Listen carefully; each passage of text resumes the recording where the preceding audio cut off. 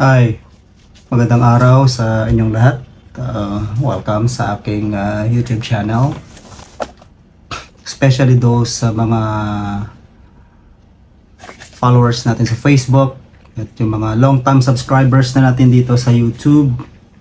Magandang araw sa inyo. And doon na rin sa mga bago lang dito sa ating channel. So, most likely na recommend lang ng YouTube or Facebook itong video kaya napunta kayo rito. Maybe it's for a reason bakit kayo nandito, but then again, magandang araw sa inyo, and I hope na may matututunan kayo ngayon dito sa ating discussion, kasi itong aking YouTube channel, it's an information sharing channel, ano. So we are not advocating for any group, sector, or for anyone. So we're not pro-employer, we're not pro-employees. We just share information with you, which I hope will guide you, will help you in any way. Okay, and meron tayong mga followers and subscribers na gusto nating pasalamatan for being there with us all throughout. So ilagay natin yung mga shout out natin dito dahil marami na sila. Ayan. Okay, and ang pag-uusapan natin ngayon ay tungkol sa motion for reconsideration. Ito sa isang labor case, meron tayo dito. Copy ng motion for reconsideration ng ating kalaban. So, marami siyang mga, medyo makapal ang kanyang MR, no? Ayan, no? So, marami pang mga kung ano-ano dyan pinagsasabi, no? Ayan. Ayan. Nag-file siya ng MR. So ang tanong, ano ba ang gagawin sa kalaban mo sa labor na nag-file ng motion for reconsideration, at ano ang mga rules na dapat tingnan dito, at how will you address the motion for reconsideration kung ikaw naman ang sasagot dito. Alright, so bago natin pag-usapan yan, panoorin nyo muna ang ating YouTube rules. Kayong mga nanonood sa akin, kayong mga followers natin, meron tayo mga dapat tandaan when you watch my videos dito sa aking channel, especially kung kayo ay mga masiselan sa inyong karapatan sa privacy, no? So panoorin niyo yan nandito.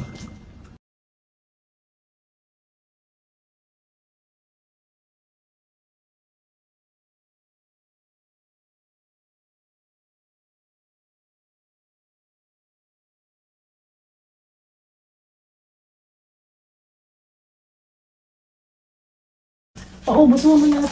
Alright, welcome back sa ating discussion. So bale, ito, I'm looking now at the motion for reconsideration na pinalang ang kalaban natin sa isang kaso. And well, ano ba yung motion for reconsideration? Ang motion for reconsideration, ito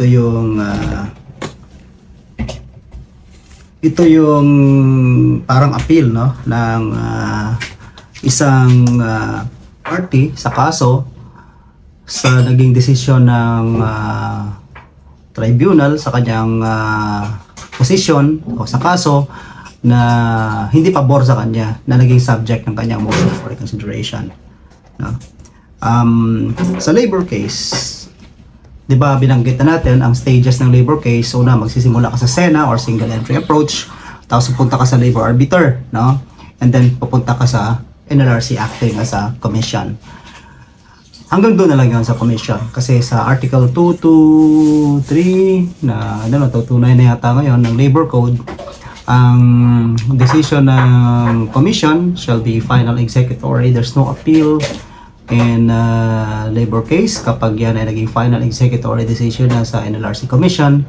And pinaka-remedy na lang dyan, syempre, is the filing of the petition for certiorari sa Court of Appeals. Kasi alam naman natin, under Rule 65 ng ating Rules of Court, as amended under the 2019 amendments, no? Yung Rule 65, nag-a-apply yan kapag there's no appeal, plain or speedy remedy in the ordinary course of law sa isang decision. So, gaya niyan, halimbawa, sa decision ng NLRC as a commission, either decision or resolution, wala nang appeal dyan. So, the next remedy is to file a petition for certiorari if the party deems na yun ang kailangan niyang gawin para i-pursue ang kanyang kaso, ano. Now, ang ang motion for reconsideration is still part of the NLRC proceeding, no? Kasi nga sa labor arbiter, magpa-file kayo ng position paper, then reply, and in certain cases mag-rejoinder, tapos decision na yan. Sa decision ng labor arbiter, hindi ka nag-MR. Marami nagkakamali dyan, may mga followers tayo na nagulat nung nalaman nila na hindi na pala nag-MR sa labor arbiter. Huwag kayo mag-MR kasi ang MR ninyo sa labor arbiter is a wrong remedy. You will lose your right to appeal kasi may prescriptive period yan, 10 calendar days lang. Pag nag-file kayo ng MR, mag-prescribe na yung 10 calendar days as if hindi kayo nag-file ng memorandum of appeal papunta sa NLRC acting as a commission. So, tigilan na natin yung pag-MR sa labor arbiter. Pag nag-decision sa labor arbiter, kung hindi mo gusto, agrabyado ka, go straight by filing a memorandum of appeal. Pwede ka mag-notice of appeal dyan kay labor arbiter, then file the memorandum of appeal, pasa mo, NLRC acting as a commission.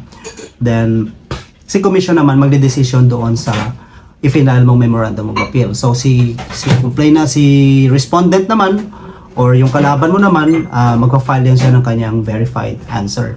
Now, itong memorandum of appeal na pinasa sa commission, plus yung answer na pinasa ng kalaban mo, dedesisyon na ng NLRC Commission yan. Pag nag-decision sa NLRC Commission, may isa pang paraan para may isa ka pang remedyo kung hindi mo gusto ang decision ng Commission. Ang remedyo dyan is yung magpa-file ka ng MR. Ito nga, yung kalaban natin. Nag-file siya ng MR dahil naging pabor sa atin ang decision ng Commission.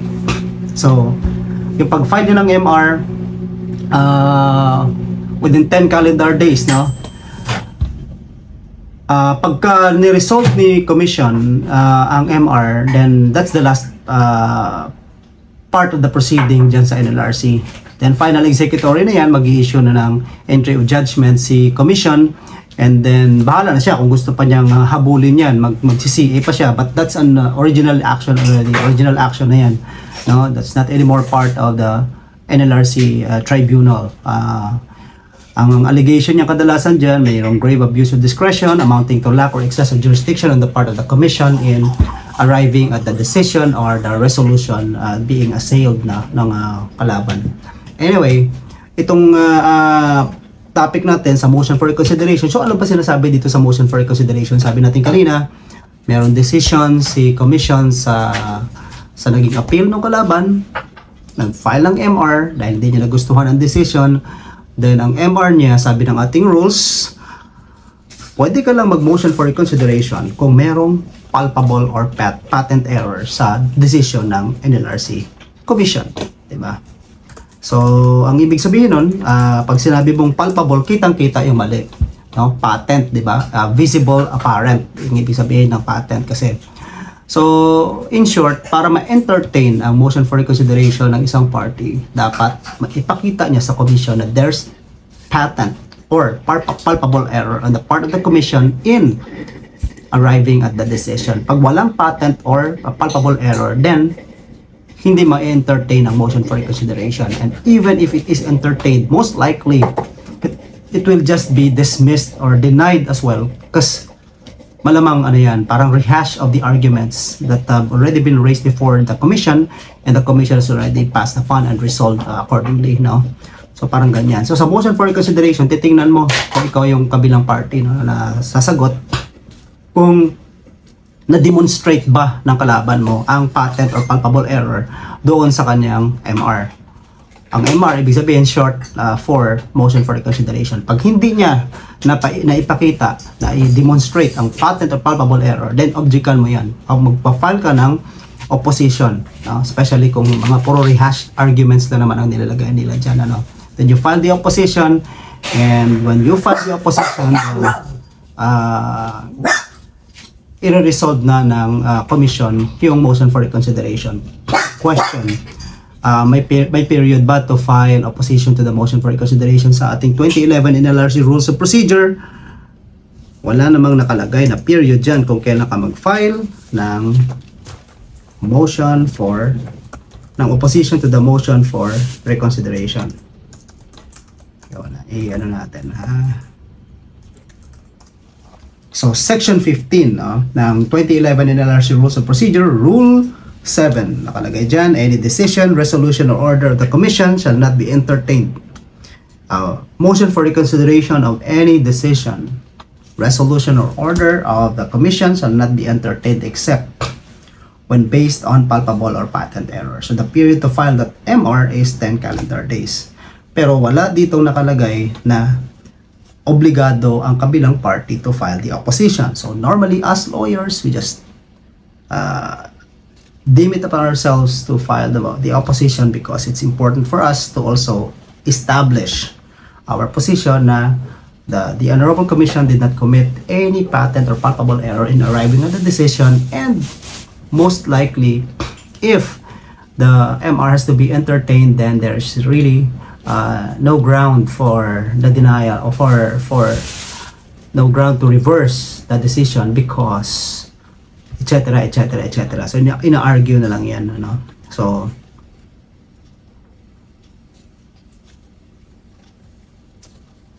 again, one motion for reconsideration lang allowed dyan sa NLRC. Alright? Now, take note na ang motion for reconsideration na final, pwedeng partial din yan kasi sa kaso pag nag-decision pwedeng nakuha mo lahat, pwedeng nakuha mo kalahati lang or part lang ng causes of action mo kasi hindi lang naman isang cause of action kadalasan. Sa 10 nakuha mo halimbawa 3, then you appeal or you MR the 7 na hindi mo nakuha. So kaya tawag doon partial motion for partial reconsideration. Itong nakuha natin motion for reconsideration kami dito kasi parehas kami ng partial recon. Nag-partial appeal, no? So, nakuha namin lahat, nag-grant yung appeal namin, so lumalabas na nag-MR siya para dun sa part na hindi niya naipanalo. Alright? So, with that, I hope guys, you learned something from this video. And again, if you find this video helpful to you, you may share this with your friends, your colleagues, your family members, your boss, your managers, mga tao dyan sa opisina ninyo, so they will know. At saka maging aware din sila sa inyong mga karapatan. So with that, thank you very much and I hope to see you in my next video. God bless.